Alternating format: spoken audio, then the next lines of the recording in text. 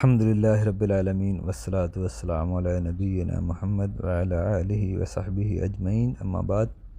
Has और नफास के अहकाम देखें। हैज़ होता है जो हर माँ औरत को 5 या 6 दिन के लिए आता है, और नफास बच्चे की पैदाइश के बाद जो खून होता है उसको नफास हम कहेंगे। अहकाम दोनों के तकरीबन एक जैसे ही हैं।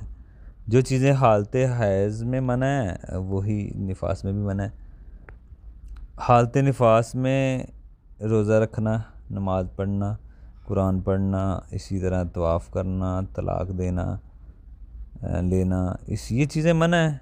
शोहर से मिलना नफास में भी मना है जिस तरह हैज़ में मना है, ठीक है ना। एक जैसे ही इनके अहकाम है, समझ लें। जैसे हैज़ में मना है नफास में भी मना है। हाँ, नफास की मुद्दत में हो सकता है इख्तलाफ। बाज़ अहले इल्म कहते हैं ज़्यादा से ज़्यादा 40 दिन मुद्दत है बयान की गई है, उसके बाद इस्तिहाज़ा में चीज़ आएगी, अकाउंट करेंगे। बाज़ आगे भी गए हैं, 40 के ऊपर भी 10-20 दिन गए हैं। नफास की मुद्दत हो सकती है, कम भी हो सकती है।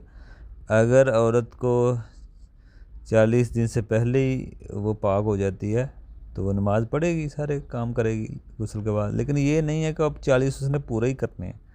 20-30 दिन भी हो सकते हैं। 30 दिन में औरत पाक हो जाए, गुस्ल करके नमाज़ पढ़ेगी।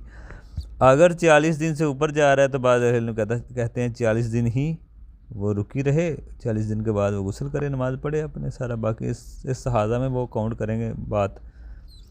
तो दूसरा, अगर हमल ज़ाया हो जाए तो फिर भी खून अगर आ रहा है तो नफास का हुक्म इसमें भी होगा, क्योंकि बच्चे की बाद जो खून का जो मसला होता है उसमें को नफास ही कहते हैं। तो अगर वो आ रहा है खून उसी तरह तो ठीक है, आप रुकी रहें, नफास का ही हुक्म है।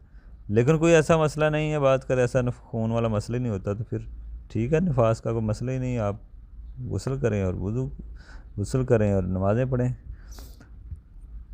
तो ये मसाइल हैं नफास के, और इसमें भी नमाज रोज़ा नहीं होता नफास में जिस तरह हैज़ में नहीं होता। यानी कि इसमें कितना ख़ास को फ़र्क नहीं है। ये जैसे हैज़ का आपने मसाइल समझे हैं, नफास के भी यही है। मुद्दत की बात मैंने वाज़ह कर दी है, मुद्दत का इसमें फ़र्क हो सकता है थोड़ा बहुत।